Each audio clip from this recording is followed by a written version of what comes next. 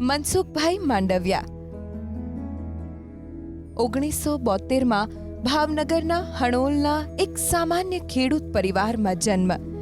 શાંત, સૌમ્ય અને મૃદુભાષી સ્વભાવની ઓળખ ધરાવતા મનસુખભાઈનું મન પર્યાવરણ બચાવવામાં સુખ અનુભવે છે. વર્ષ 2002માં 28 વર્ષની વયે પહેલીવાર ધારાસભ્ય બન્યા અને 123 કિલોમીટરની પદયાત્રા કરી શૈક્ષણિક રીતે પછાત એવા 45 ગામોમાં જાગૃતિ લાવી. રાજકીય કુને અને પીઢ નેતા તરીકેની તેમની છબી વર્ષ 2012માં તેમને રાજ્યસભાના સાંસદ પદે ખેંચી ગઈ. 2013માં સંગઠનના પ્રદેશ મંત્રી, બાદમાં પ્રદેશ મહામંત્રી બન્યા, જેમાં તેમની સંગઠનાત્મક કુશળતા ઉભરીને સામે આવી. વર્ષ 2016માં મોદી સરકારમાં મનસુખભાઈને રાજ્યકક્ષાના મંત્રી બનાવાયા અને માર્ગ પરિવહન, રાજમાર્ગ અને શિપિંગ તથા રસાયણ અને ખાતર વિભાગની જવાબદારી સોંપાઈ. મનસુખભાઈના જીવન સાથે જોડાયેલા તથ્યોને જાણવા તેમની સાથે કરીએ સત્યના પ્રયોગો. મનસુખભાઈ, આપનું સ્વાગત છે. સૌપ્રથમ એ જાણવા માંગીશ કે નેતા રથ ઉપર સવાર થતા હોય છે. મનસુખભાઈને મેં જોયા 2 વાર પદયાત્રા કરી, 3જી વાર પણ પદયાત્રા. શું કરે રોનકભાઈ, નેતા અંતે તો નેતા કોના છે, કોના પ્રતિનિધિ છે? ડેમોક્રેસીની અંદર જનતાના પ્રતિનિધિ નેતા કહેવાય. જનતાનો પ્રતિનિધિ કેવો હોવો જોઈએ? નેતા ગણ એક સમૂહ છે, જનતા એક સમૂહ છે, અને જ્યારે જનતાની તમે આગેવાની લેતા હો ત્યારે પહેલાં તો તમારે જનતાની જેવું રહેવું જોઈએ. અને છતાં જનતાથી તમે અગ્રેસર છો, તમે આગેવાન છો, તમે નેતા છો, તમે લીડ કરો છો, લીડ કરો છો. તમે જ્યારે લીડ કરતા હો ત્યારે તમારે જનતા જેવું રહેવું જોઈએ અને જનતાથી વિશેષ પણ રહેવું જોઈએ. જનતાથી વિશેષ રહેવું જોઈએ એટલે કે સમાજ જીવનની અંદર રાજનીતિ એટલે માત્ર એવું નહીં કે તમે 2 વિકાસના કામો કર્યા, કોઈ તમને એક કામ સીંધ્યું ને એક કામ થયું, આને તમે નેતાગીરી માનતા હશો તો એ નેતાગીરી નથી.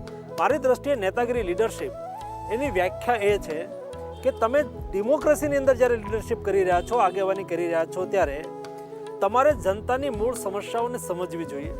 એ સમસ્યા સામાજિક કોઝ લેવા એ પણ લોકપ્રતિનિધિનું એક કામ હોવું જોઈએ. તમે જે પદયાત્રાની વાત કરી એ જ વિષય છે. હું ધારાસભ્ય તરીકે પાલિતાણા વિધાનસભાથી ચૂંટાયો. હું ધારાસભ્ય તરીકે કામ કરતો હતો ત્યારે મારા વિસ્તારમાંથી એક એજ્યુકેશન વિભાગનો રિપોર્ટ આવ્યો. રિપોર્ટ એવો હતો કે પાલિતાણા તાલુકાના 38 ગામ એવા હતા જે ગામની અંદર દીકરીઓ 100 દીકરી ભણવા બેસે છે. પ્રાથમિક શાળાની અંદર પહેલા ધોરણમાં 7મામાં આવે છે તો 70 દીકરી ઉઠી જાય છે, 30 દીકરી બચે છે. 8મા ધોરણમાં માત્ર 7 દીકરી ભણવા જાય છે.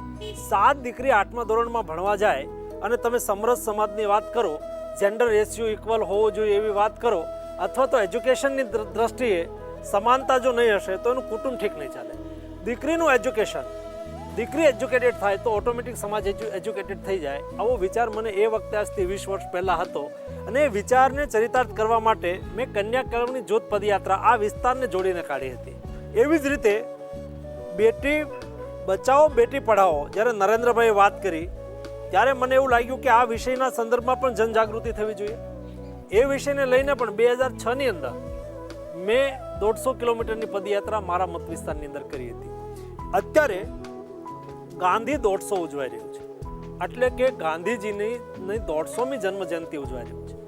આદરણીય નરેન્દ્રભાઈ આખા દેશની અંદર 2 વર્ષ માટે ગાંધી 150 વર્ષની ઉજવણી કરવી એવું સરકારી રાહે પણ કામ ચાલુ કર્યું છે.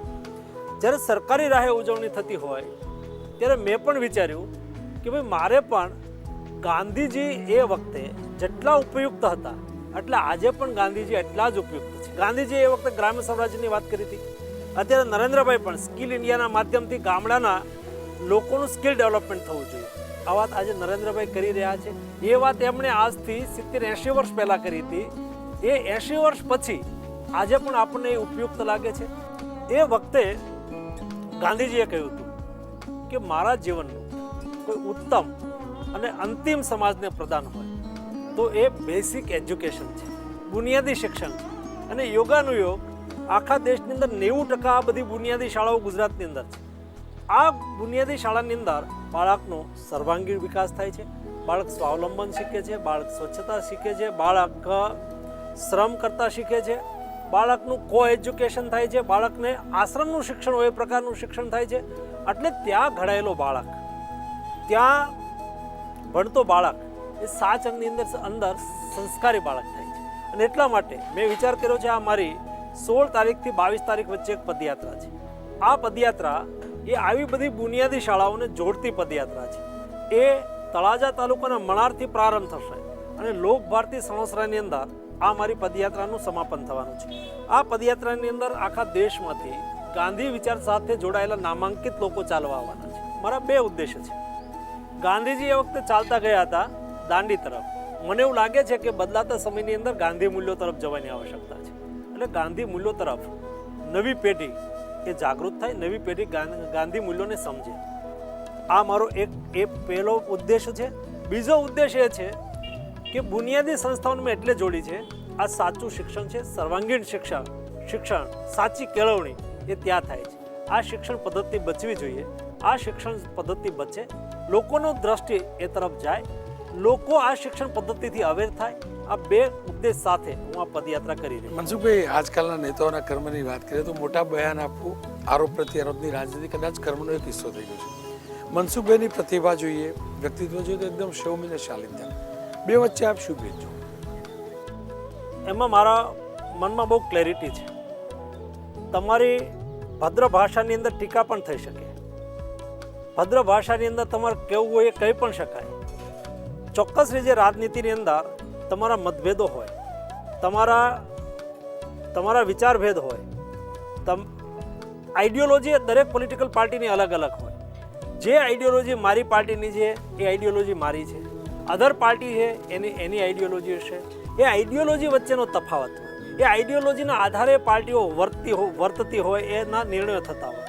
એમાં તમને અયોગ્ય લાગે, તમને યોગ્ય ન હોય, અથવા તો તમને સમાજને જાગૃત કરવા માટે એવું લાગે કે આ વાત તમારા સમાજ વચ્ચે કરવી જોઈએ, તો ચોક્કસ શાલીન ભાષાની અંદર કરવી જોઈએ. અભદ્ર ભાષા એ વર્તમાન સમયની અંદર સમાજ પણ સ્વીકારતો નથી. તું મેમનો સમય અત્યારે મને એવું લાગે છે કે ક્યારેય નહોતો, અત્યારે નથી અને ભવિષ્યમાં નહીં રહે. મનસુખભાઈ, આપ શાલીનતાની વાત કરો છો. મનસુખભાઈ વિદ્યાર્થી કાળથી શાલીન હતા કે તોફાની હતા કે અચાનક આ પ્રકારનું પરિવર્તન આવ્યું? હું વિદ્યાર્થી કાળમાં પણ, ત્યારથી હું વિદ્યાર્થી કાળમાં લીડરશિપ કરતો હતો, આગેવાની કરતો હતો. એ વખતે પણ મારું થોટ હતું, જે વિષય માટે આપણે લડીએ છીએ. મેં કદી જ એવા શોર્ટકટ નથી લીધા કે કોઈ પણ ભોગે મારે આ એચીવ કરવા માટે મને એવું લાગે કે આ રસ્તેથી કદાચ થઈ જાય પણ રસ્તો અયોગ્ય છે તો મેં નથી લીધો. વિદ્યાર્થી કાળથી અત્યાર સુધી મને એક વિદ્યાર્થી કાળની અંદર એક સરસ મજાનો એક્સપોઝર મળ્યું હતું. મારું ગામ પાલીતાણા તાલુકાનું હણોલ છે. ત્યારથી સોનગઢ ગુરુકુલ, એ વખતે નામાંકિત સંસ્થા હતી સોનગઢ ગુરુકુલ, ત્યાં ભણવા જતો હતો. એટલે 8 થી 12 હું ત્યાં ભણ્યો છું. એટલે મારે ત્યાં સવારે 8 વાગે બસ મળે, એમાં જવાનું, અને 11 વાગે સ્કૂલ ચાલુ થાય. એટલે હું પહોંચી જાઉં 9 વાગે. પછી મારી પાસે કલાક 1.5 કલાક પાક્કો બચે. 1.5 કલાકની અંદર સોનગઢની અંદર એક ગાંધી જ્ઞાન મંદિર કરીને લાઇબ્રેરી હતી. તો હું ત્યાં જઈને બેસતો. પહેલાં છાપા વાંચવાની ટેવ પડી, પછી ધીમે ધીમે વાંચવાની રુચિ કેળવાય તો મેં 5 વર્ષની અંદર આખી લાઇબ્રેરી વાંચી નાખી. એ આખી લાઇબ્રેરી વાંચી નાખી, એણે મારા જીવનને ખૂબ ઘડ્યું. 2002 પછી જોયું કે 2002માં આપ ચૂંટણી જીત્યા, ત્યારબાદ સતત ગાંધીનગર બાદ હવે દિલ્હી પહોંચ્યા. નરેન્દ્રભાઈનો આપના જીવન પર શું પ્રભાવ રહ્યો, અને નરેન્દ્રભાઈના સંપર્કમાં આવ્યા બાદ કેવી રીતે તમારા રાજકીય જીવનમાં પણ પરિવર્તન? 2 બાબતો નરેન્દ્રભાઈના જીવનમાંથી મને જે મારા જીવનમાં પ્રેરણા મળી છે, એમાં એક એ માણસ સખત મહેનત કરે, એટલે મહેનતથી થાકવું નહીં. આ એમાંથી હું શીખ્યો છું. બીજું, નરેન્દ્રભાઈ કંઈ કદી ફરી નથી ગયા. એમણે એ વખતે અમે જ્યારે, હું તો વર્ષો સુધી એમની સાથે કોર ગ્રુપમાં બેસવાનો પણ મને મોકો મળ્યો. પોલિટિકલ જ્યારે બોલતા, પોલિટિક્સની અંદર અત્યારે એવી પણ વાત ચાલતી હોય કે રાજકારણમાં તો ગમે એવું કહેવાય અને પછી ન કરાય તો ચાલે, એવું નરેન્દ્રભાઈ કદી નથી કર્યું. એ એટલું જ કહેતા જેટલું થઈ શકે, અને જેટલું થઈ શકે એટલું જ કહેતા હતા, અને કહેતા હતા એ કરતા હતા. એટલે મેં મારા જીવનની અંદર એવું શીખ્યું કે નેતા તરીકે કદી આપણે ખોટા વચનો નહીં આપી દેવાના. જે પણ વાત કરી શિક્ષણની બુનિયાદી તાલીમની વાત કરી, એ પ્રકારના શિક્ષણની વાત કરી, પણ જે મેં મનસુખભાઈને જોયા, જે મીડિયા થકી મેં જોયા, જાણ્યા, તમે ટેકનોક્રેટ પણ છો, એ બંનેનો તાલમેલ કેવી રીતે હોય છે? કરવો જ જોઈએ. સમય સાથે તમારે બદલવું જ જોઈએ. દાખલા તરીકે ગાંધીજી એ વખતે મૂવમેન્ટ કરતા હતા તો ગાંધીજીએ આખા દેશનું ભ્રમણ કર્યું, દેશને સમજ્યા, શીખ્યા. 2 વર્ષ સુધી આખા દેશને જોઈ લીધો, દેશની ગરીબીને જોઈ એટલે એને કપડાં પોતળી પહેરવાનું નક્કી કર્યું કે ભાઈ મારા દેશની જનતાને પૂરતા કપડાં પહેરવા ના હોય તો મારે પૂરતા કપડાં ના પહેરવા જોઈએ અને ધોતીથી ચલાવવું જોઈએ. ગાંધીજીએ ચાલુ કર્યું. એવી રીતે એ વખતે ભ્રમણ કરવું પડતું હતું કારણ કે ઇલેક્ટ્રોનિક મીડિયા હતા નહીં, પ્રિન્ટ મીડિયા ખૂબ મર્યાદિત હતા, દેશની જનતા ગામડામાં રહેતી હતી. તો પબ્લિક અવેરનેસ માટે, આઝાદીની લડત માટેની જનજાગૃતિ માટે એમણે એ વખતે આ પ્રકારના રસ્તા લીધા હતા. અત્યારે સમય બદલ્યો છે, ટેકનોલોજીનો સમય છે, તો ભરપૂર તમારે ટેકનોલોજીનો ઉપયોગ કરવો જોઈએ. દાખલા તરીકે અત્યારે મારી ઓફિસ, હું ગમે ત્યાં ફરતો હોઉં, તમને એમ થતું હશે કે મનસુખભાઈ એટલો બધો પ્રવાસ કરે છે તો વહીવટ ક્યારે કરતા હશે, પણ આખી સરકારમાં તમે 1 ઇંચ જમીન ભારત સરકાર લેન્ડ ઇક્વિઝિશન કરે તો એ મારી સહીથી થાય છે. હું એ 1 ઇંચ જમીન તમે સરકારે લીધી રોડ માટે તો હું સહી કરું પછી એનું ઇક્વિઝિશન થાય ત્યારે એ સંપાદન થાય. રોજ 100-150 ફાઇલ મારે જોવાની હોય, પણ અત્યારે આ ટેકનોલોજી છે એટલે હું ઓનલાઈન ફાઇલ જોઉં છું, ઓનલાઈન સાઇન કરું છું. એટલે હું ગાડીમાં બેઠો એટલે મોબાઈલમાં મારી ઓફિસ ચાલુ થાય અને મોબાઈલની અંદર જ ફાઇલ જોવાય અને મોબાઈલમાં સાઇન થાય.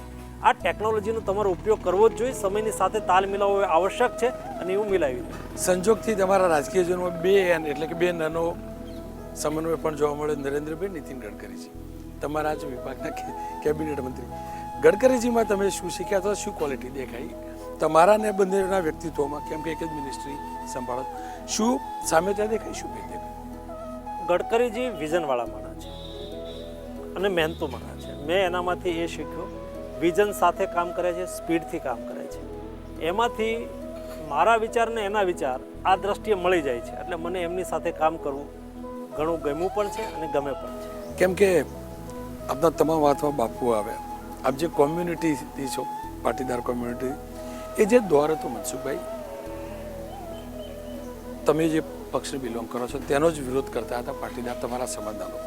એ કેટલો કઠિન સમય હતો એ આંદોલનનો સમય? જ્યારે અનામત આંદોલન ચાલુ થયું એ વખતની જે સ્થિતિ હતી ખૂબ કઠિન હતી. એટલા માટે કઠિન હતી કે આખા સમાજની અંદર પાટીદાર સમાજને અનામત મળવી જોઈએ એવો એક માહોલ ઊભો થઈ ગયો હતો. નહીં મળી શકે એ બીજી વાત હતી, પરંતુ એ વખતે પોલિટિકલ પાર્ટીઓ એનો લાભ લેવાની કોશિશ કરે, દરેક અન્ય લોકોને પોતાનો એજન્ડા હોય સેટ કરે, દરેક વ્યક્તિઓ પોતાનો એજન્ડા સેટ કરતા હતા. બીજું, મને ખબર હતી કે મારો સમાજ આમાં ગુમરાહ થઈ રહ્યો છે, ગુમરાહ થઈ રહ્યો છે. એવી સ્થિતિની અંદર એને રોકવા માટે તમે સીધા રોકવા જાઓ તો સાંભળી શકાય એવું નહોતું. એ વખતે ગ્રુપમાં, વ્યક્તિગત જેટલું મળીને મીડિયાના માધ્યમથી એનામાં સાચી અવેરનેસ આવે કે ભાઈ એકચ્યુઅલી રિઝર્વેશન, ઓબીસીમાં સમાવેશ કરવો એ ગુજરાતની અંદર શક્ય નથી. આ હું જાણતો હતો, સમજતો હતો. સમાજને એ વખતે સમજાવી શકાય એવી સ્થિતિ નહોતી એટલે એ વખતે વોચ એન્ડ વેઇટ કર્યા સિવાય છૂટકો નહોતો. વોચ એન્ડ વેઇટ કરતાં એ વખતે પણ હજારો પાટીદાર આગેવાનો આપણે સાચી વાત સમજાવવાની કોશિશ કરીને એ લોકોએ જનતાની વચ્ચે જઈને વાત ધીમે સમજાવી તો આજે ઘણા ખરા અંશે સમાજ એ સમજો છે કે ભાઈ કાયદાકીય રીતે આપણને મળવું મુશ્કેલ છે, આપે છે તો ટકતું નથી. અન્ય રાજ્યોની અંદર પણ 50%થી વધારે રિઝર્વેશન આપવાની કોશિશ થઈ, ટેક્યું નહીં, સુપ્રીમ કોર્ટ કાઢી નાખે. આવી સ્થિતિની અંદર સાચ અર્થની અંદર શું કરવું જોઈએ, સાચ અર્થની, અને બીજું લાગણી માંગણી પણ હોય, લાગણી માંગણી વ્યક્ત કરવાની પદ્ધતિ એની સામે પણ મને એ બિલકુલ પસંદ નહોતી આ પદ્ધતિ. કારણ કે પાટીદાર સમાજ એ સૌમ્ય સમાજ છે. પાટીદાર સમાજ એ સમાજની અંદર અગ્રેસર સમાજ છે. અન્ય સમાજ પાટીદાર સમાજમાંથી પ્રેરણા લેતો હોય ત્યારે માંગણી હોય તો માંગણી વ્યક્ત કરવાની પદ્ધતિ એક મહાજનને શોભે એવી હોય તો એ ઉત્તમ કહી શકાય. પરંતુ જે રીતે એ વખતે માંગણીઓ થતી હતી, જે રીતે રોડ ઉપર આવવાનું હતું અને બધા લોકો કેટલાક લોકો રોડ ઉપર આવી ગયા હતા, આ પદ્ધતિ હું ત્યારે અયોગ્ય કહેતો હતો, અત્યારે અયોગ્ય કહું છું અને ભવિષ્યની અંદર પણ આ પ્રકારની માંગણી વ્યક્ત કરવાની પદ્ધતિઓ એ યોગ્ય નહીં હોય. મનસુખભાઈ, રાજનેતાની એક ક્વોલિટી હોય છે મંચ ઉપરથી ભાષણ આપવાની, ક્રાઉડ પુલર તરીકેની. મનસુખભાઈની એક જે જનરલ સાહેબ છે, સ્ટેજના નેતાથી વધુ બિહાઇન્ડ કર્ટેન કામ કરતા નેતા, એટલે કે સંકટમોચક નેતા તરીકેની વધુ છે. આ ક્વોલિટી કોઈ પણ નેતામાં અને આપનામાં કેવી રીતે? એમાં સમયે પાર્ટીએ મને જે કામ આપ્યું તો મારા મનમાં હોય કે કામને હું સફળ કેમ કરતો. જરૂરી નથી કે એ તમે પ્લેટફોર્મ ઉપર આવીને જ કામને સફળ કરવાની કોશિશ કરો.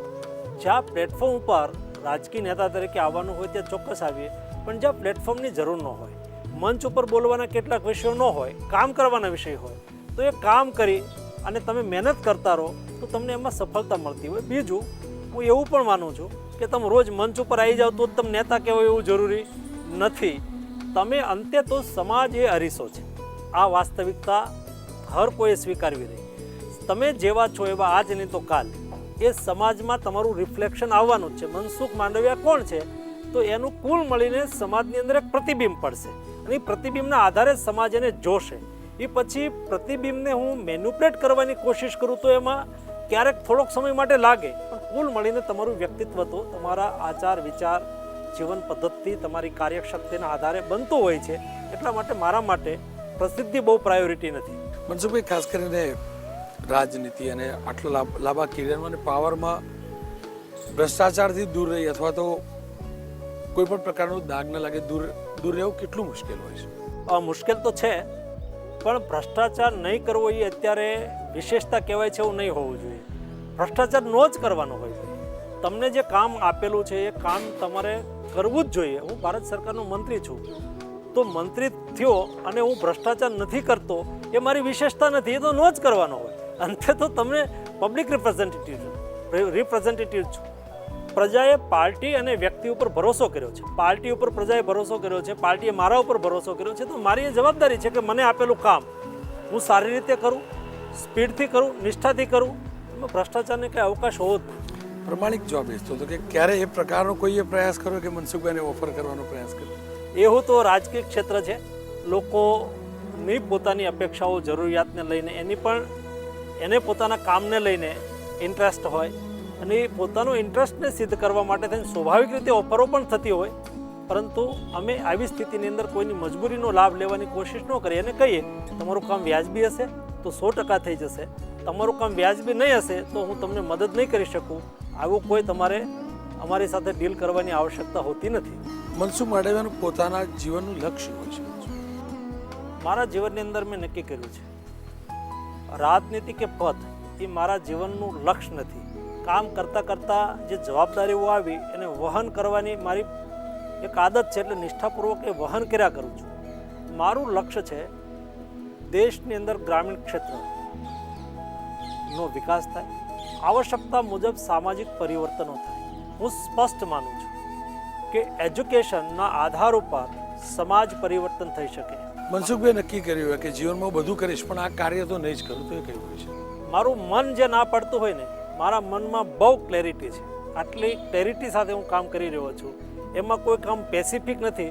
મારું મન ના પાડે ને કે આ કામ નથી કરવું એ હું નથી જ કરતો. પછી એ ગમે એટલું મને લાભદાયક લાગતું હોય, ગમે એટલો ફાયદો થાય એવું લાગતું હોય, એનાથી મને ગમે એટલું મળી જવાનું હોય, પણ મારું મન ના પડે કે આ નથી કરવું, મારું મન ના પાડે અંદરથી કે આ ન કરાય મારે, એ હું નથી કરતો. મનસુખભાઈ, નેતાના કારણે એનો પરિવાર કેટલો સફળ થતો હોય છે? નેતાના પરિવારને નેતાએ ઘડવો પડતો હોય છે. દાખલા તરીકે મારો પરિવાર હોય, મારું ફેમિલી હોય, તો મારી પત્નીની મારી પાસે અપેક્ષા હોય, મારા બાળકોની મારી પાસે અપેક્ષા હોય, અને એની અપેક્ષા હોય છે સમયની. આવી સ્થિતિની અંદર તમારે તમારા પરિવારને હું સમય ઘરે કદાચ ઓછો આપી શકતો હોઉં તો હું એ સમય ક્યાં આપું છું એનાથી મારું ફેમિલી સેટિસ્ફેક્શન ફીલ કરતું હોય છે. મારા પરિવારને એવું થાય કે નહીં, એ ઘરે કામ નથી કરતા તો દેશનું કામ કરે છે ને, કંઈ વાંધો નહીં. કદાચ એ પોલિટિક્સમાં ન હોત તો વ્યવસાય પાછળ સમય આપતા હોત, એ સોશિયલ કામની અંદર હોત અન્ય તો એમાં સમય આપતા હોત. એમ હું પોલિટિક્સની અંદર સમય આપું છું. હવે કોશિશ કરતા હોઈએ કે ફેમિલીને પણ ન્યાય થાય, બાળકો હોય, પત્ની હોય, એમને પણ તમારે સમય આપવો જોઈએ. અઠવાડિયે એકાદ દિવસ અમે કાઢી લેવાની કોશિશ કરતા હોય ને ક્યારેય ન કાઢી શક્યા હોય તો મારી ફેમિલીએ તો સ્વીકાર્યું છે કે તમે કદાચ જેટલો સમય આપો એટલું બાળકોને. ક્યારેક પ્રવાસમાં હોય ત્યારે સાથે લઈ લઈએ, ક્યારેક દિલ્હી આવી જાય, ક્યારેક હું ગાંધીનગર આવી જાઉં, ક્યારેક અમે વતનમાં જતા હોય તો સાથે જઈએ. એ પણ અમને સાથે રહેવાનો એનાથી મોકો મળતો હોય છે. મારું ફેમિલી એનાથી સેટિસ્ફેક્શન ફીલ કરે છે. કોનો સૌથી વધુ પ્રભાવ મનસુખભાઈના જીવનમાં? મારા જીવનની અંદર સૌથી વધારે પ્રભાવ હું બે લોકોનો કહીશ. એક મને વાજપેયીજી બહુ ગમે. વાજપેયીજીનું જીવન પદ્ધતિ મને મારા જીવનની અંદર મેં વાજપેયીજીને ખૂબ વાંચ્યા છે. એનો પ્રભાવ મારા જીવનની અંદર ઘણો રહ્યો છે. બીજો પ્રભાવ રાજકીય ક્ષેત્રની અંદર મને નરેન્દ્રભાઈના જીવનમાંથી ખૂબ શીખવા મળ્યું છે. આ બે લોકોનું જીવનને હું જોઈ અને અત્યારે રાજનીતિની અંદર કામ કરી રહ્યો છું, એ જે મને મારી રાજકીય કેરિયરની અંદર ખૂબ ઉપયોગી થઈ જાય. એક વાત મનસુખભાઈ સમજવી હતી, કેમ કે પાર્લામેન્ટમાં છો, પાર્લામેન્ટમાં બેસો છો, સામાન્ય જનતા એ નથી જાણતી કે સાંસદોનું પાર્લામેન્ટની અંદર જે પ્રકારની તુતુમેમે થતી હોય છે, પાર્લામેન્ટ બહારના શાસક પક્ષ અને વિપક્ષના સાંસદોનો અથવા તો રાજનેતાનો સંબંધ કેવો હોય છે? અમારે ત્યાં સંસદની અંદર અમે અમારું જે સ્ટેન્ડ લીધું હોય એ અમારી પાર્ટીનું સ્ટેન્ડ હોય, અમારું વ્યક્તિગત સ્ટેન્ડ હોય, અમે પાર્લામેન્ટના ફ્લોર ઉપર લઈ લેતા હોય.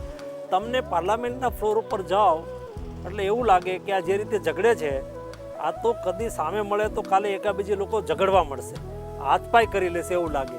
પણ અમે જેવી પાર્લામેન્ટ એડજોર્ન થાય અથવા રિસેસ પડે એટલે અમે બધા લોકો સેન્ટ્રલ હોલમાં આવીએ. સેન્ટ્રલ હોલની અંદર બધા જ પોલિટિકલ પાર્ટીના નેતાઓએ સાથે બેસીને ચા પાણી પીવે, સાથે બેસીને નાસ્તા કરે. ક્યારેક કોઈ મગાવે નાસ્તો તો બીજા કરતા હોય, ક્યારેક બીજા મગાવે તો ત્રીજા કરતા હોય, બધા સાથે બેસીને ત્યારે ઇન્ફોર્મલ બધી જ વાત થતી હોય કે ભાઈ અમારું આ સ્ટેન્ડ.